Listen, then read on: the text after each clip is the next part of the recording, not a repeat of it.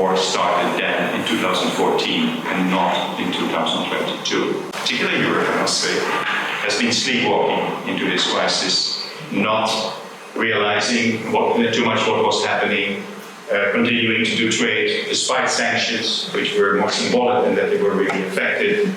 And in particular, of course, the energy dependence that was growing with Nord Stream 1 and Nord Stream 2 was a very, very fatal mistake. And it means now that we have to pay a lot. Also for our energy bills.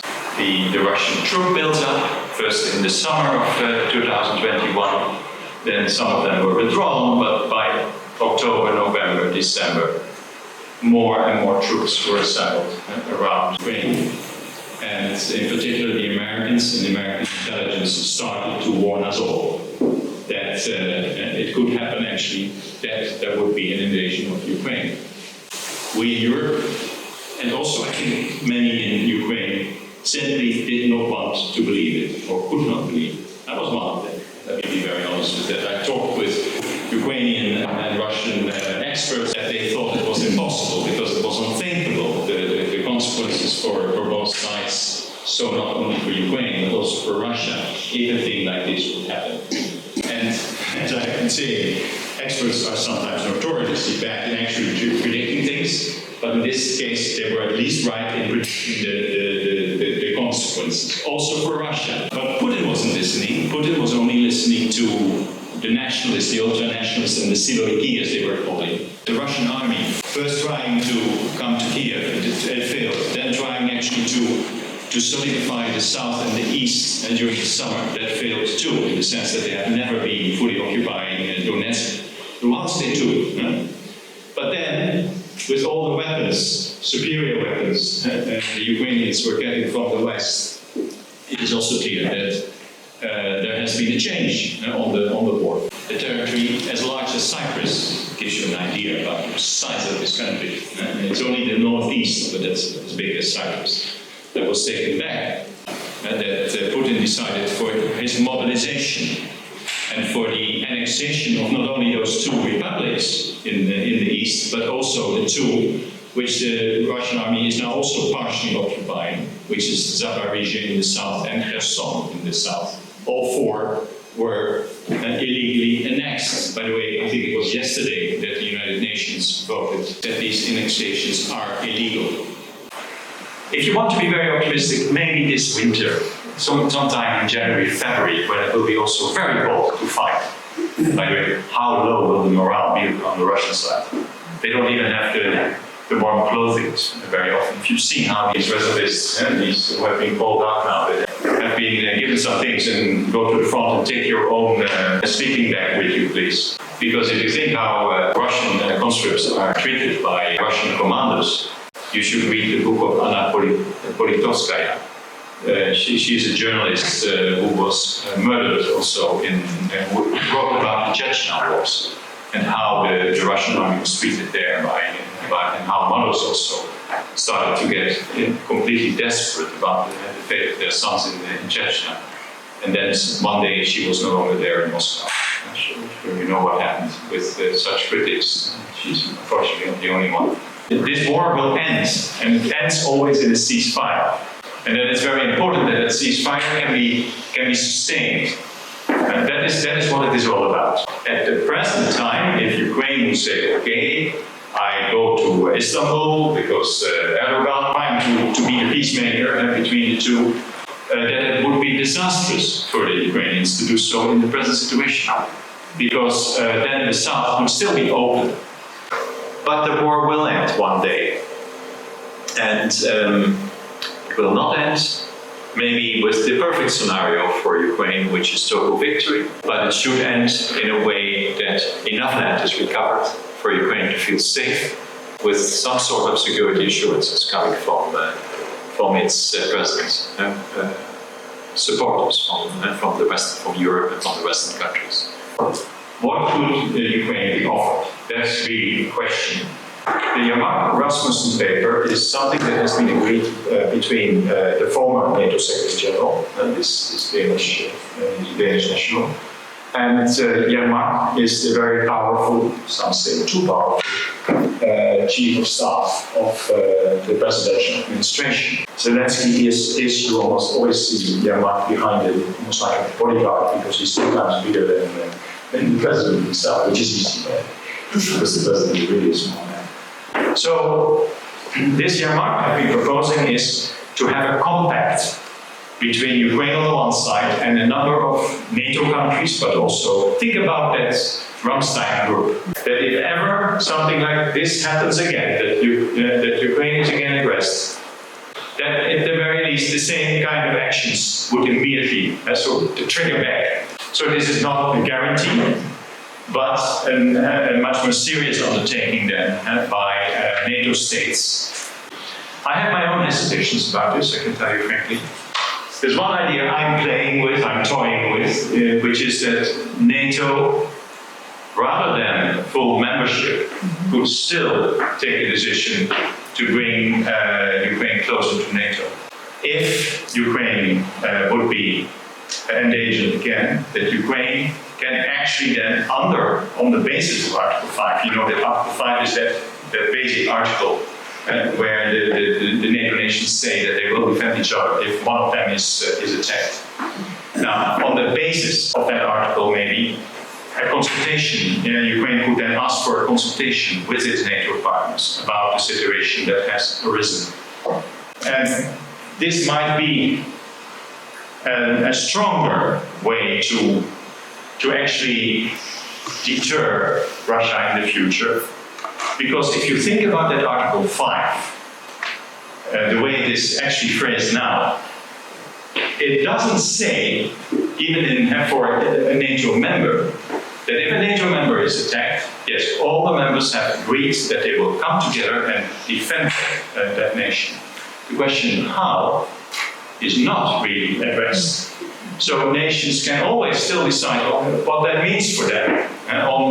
So if you have an article like that, and you can bring Ukraine closer to that article by way of an association agreement or what, maybe that will be easier, less costly, by the way, than the Ramstein arrangements, because the Ramstein arrangement mean also that every NATO nation will have its own defense treaty with Ukraine, because it will defense cooperation needs to go on. Of course, if you do it through NATO, it will be more efficient and less cumbersome than what is actually proposed in the Yermak-Rasmussen document. But again, I just wanted to point this to you because these are the real questions that come at us when a real opportunity arises. It hasn't risen yet. For an end to the war and a ceasefire, when Ukraine needs to get as solid possible security assurances. Because otherwise the risk would be enormous for Ukraine. That it stops the war, and we're talking about a situation that Ukraine has not been recovering all the conquered territories, which is the official goal now of Ukraine and of its army. And how can it be otherwise in a war? But I already have been indicating to you that it is at the same time not very likely that it will be the outcome of the end state, so to say. So this is why these questions are so important. And as important is the question what would happen in a ceasefire with the EU, the candidate status, and the reconstruction. We have been talking about the UN and about the impotence of the UN because of the fact that Russia is a member of the Security Council. You can do very little, but there's always the possibility to go from the Security Council to the United Nations and get such a resolution passed, which was passed with a 2/3 majority, I believe, and only 5 countries voting against. It's interesting to name them. So who are Russia's international supporters at the moment? Syria, North Korea, Nicaragua, I believe, one country and maybe I forgot one. But so these are the only countries which actually voted with Russia. There were significant abstentions. I think some 13 countries abstained, and among them, China and also India. So that is also to note. One of Ukraine's achievements during this war is that it now has got that candidacy status. Would have been no chance, I can assure you, before the war that would have ever happened, including by my own country, which also resisted this step until almost the very last moment, when there was so much pressure on inside the EU actually to do this. I tell you also, as a friend of Ukraine, because I think it's what you by now know of me, that I don't want the EU to become a weak doctor, so to say. No, Ukraine needs a steady hand actually to become a member of the EU, and that will help Ukrainians themselves in terms of transparency of the economy, getting rid of corruption. Maybe not all the corruption, there's corruption everywhere in every system, but there's certainly too much in it in Ukraine, also until today. So this is very important that these steps are then taken. And the good thing is actually that I know, or also through my wife, who is an interpreter, that all kinds of meetings are already going on. It gives the Ukrainians an optimum chance to actually prove to themselves what they want to be, a European country like all the other countries, Europeans like all of us. And then an important part of that process will be the reconstruction of Ukraine, and that's a huge process, because by now so much already has been destroyed. I've seen that in June when I went back to Kiev and I went to Irpin and Bucha, where every other building, almost at random, was hit. That this is going to be a very difficult winter for Ukrainians. Electricity will be shut out. Now, by the way, Ukrainians are used to that. So it's not that it hasn't happened in the past. They know how to live under such circumstances. But of course, we have to help them also now to rebuild their livelihoods. And humanitarian projects remain also very, very important at this stage. I think I started by telling you during the first lecture that in another capacity as chairman of OpenDoorUkraine, that we have started so-called help Ukrainians with a roof above their head projects, very simple projects where we are actually trying to rehabilitate flat buildings which can be rehabilitated. And there are probably hundreds of such buildings to begin with, also in Irpin. And what I can tell you is that we have now been successful in already rebuilding 2 of them. One completed and one actually to be completed in a couple of weeks. There will be an important meeting next week in The Hague of the Dutch minister who is responsible for this, Liesje Svenemacher. It will be a big reconstruction conference where, of course, my organization will also participate. And I really have the hope and the ambition to make this an avalanche, a snowball. Because if it would remain with 2 projects, then of course that is only a drop in the ocean. So I'm also going to turn to foreign partners to see if we can help the Ukrainians also with these very simple projects where we actually help the Ukrainians themselves. The only thing which we are doing is giving them the extra money that is needed to build particular roofs. Because if you have no roof, then the building will be further degraded and you cannot live there. You cannot, in particular not in the winter, because there can be no warmth, there can be no gas, and all kinds of things. So this is why I see this as a high priority project, where I, once again, draw your attention to, and I will leave here behind again a number of forms. If you know friends around you also who might be willing and able to help us, because everything helps. Crowdfunding, money from the government, which I expect to get. The good news is that I do expect to get more money also from the government, so that we can also help the Ukrainians in this way. I really believe that it is not only helping the Ukrainians militarily in the period ahead, and there the biggest challenge is also so much related to the Ukrainian people in terms of giving more air defense systems, so that there will be, so that they will be more capable to actually defend the Ukrainian skies. But this is as important also. I stop here and I invite you for a final round of questions. Yeah, I wanted to ask you about the implications of the sanctions. Like nowadays, have they had like a meaningful impact, or will they have it? Yeah. Well, they certainly have a more meaningful impact than the sanctions from before February 2022. We have talked about that. That these sanctions were more symbolic than that they were actually effective. And certainly what happened in the meantime, also in terms of continued trade with Russia, in particular the growing energy dependence, that has completely neutralized whatever sanctions at the time existed.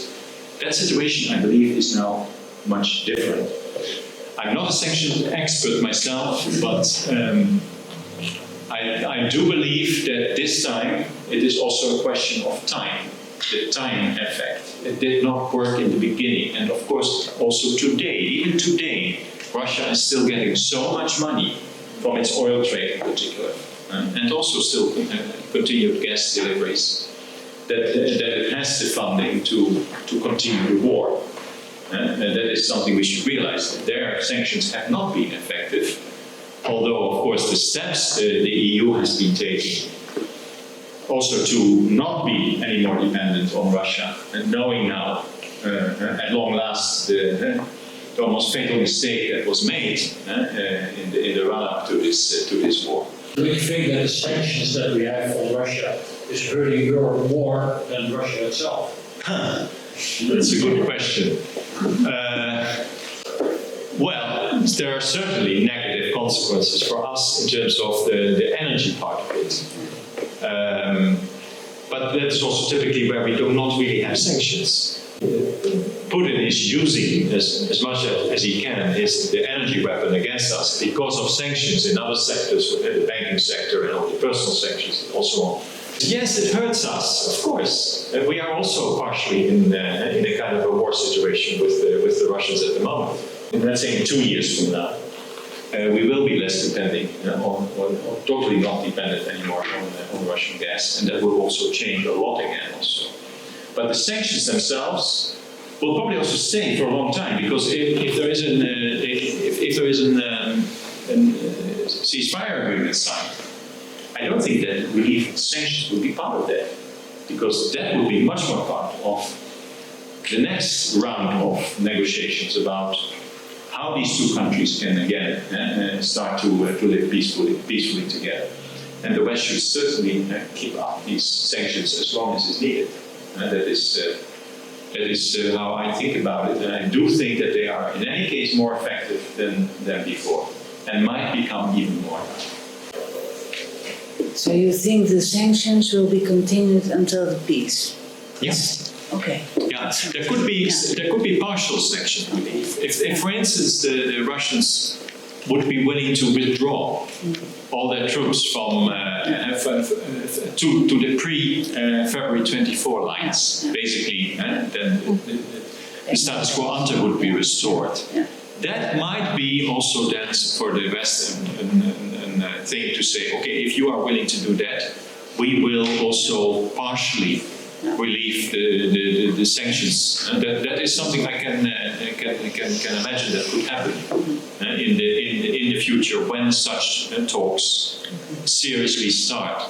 But they haven't started at all seriously at the moment. I don't trust also very much the role of Turkey and Erdogan in all of this, because he is now saying that actually Ukraine should negotiate now, which is buying then the Russian version, that it is time to negotiate, which, as I have been explaining to you, simply cannot be at this moment. There's also almost nobody in Western capitals, including in Berlin or in Paris, who wants Zelensky to go and start negotiations now. They should be part of a serious talk with Russia about how to undo all all the things that have been done.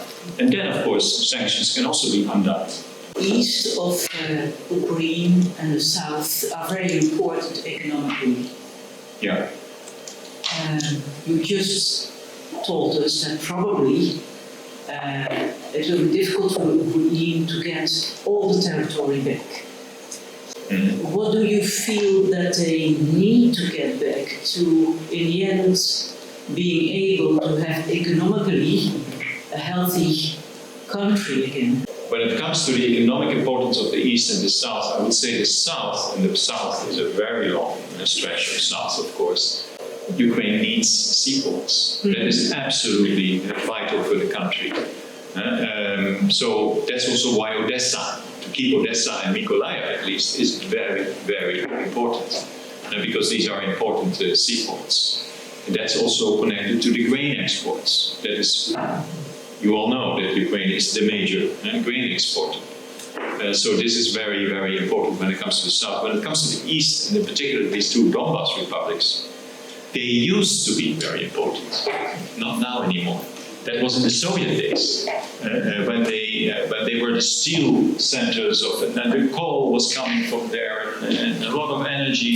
That's how Akhmedov, the oligarch, became the oligarch he is now, because he picked from all these things, the things that were profitable. But now it's all dust, or not dust, but just a rust belt.